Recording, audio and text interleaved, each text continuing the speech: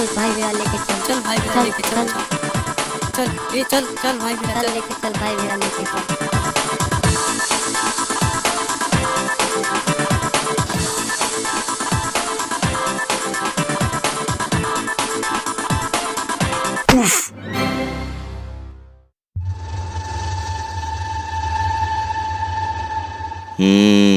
यही है वो लंडा जो हमार धंधा के मंदा करने में लगल बा।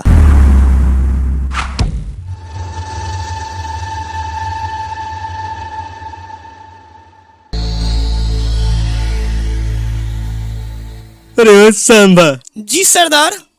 अरे जरा बता तिनके कि सरकार हम पर कितना इल्जाम रखा है रे। बता।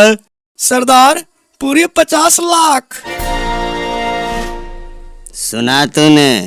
पूरे 50 लाख। और ये इल्जाम सरकार हम पर क्यों रखा? क्योंकि आज तक दुनिया का कोई भी पुलिस हमरा के पकड़ ना पैले। हमार बात मान, माला आधा बांट ले और फूट ले, नहीं तो हमार आदमी तोरा के बेमौत मार दी।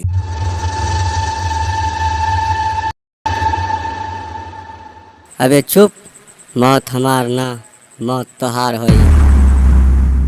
लागत कि तू ऐसे ना मनबे, मारे सालन के।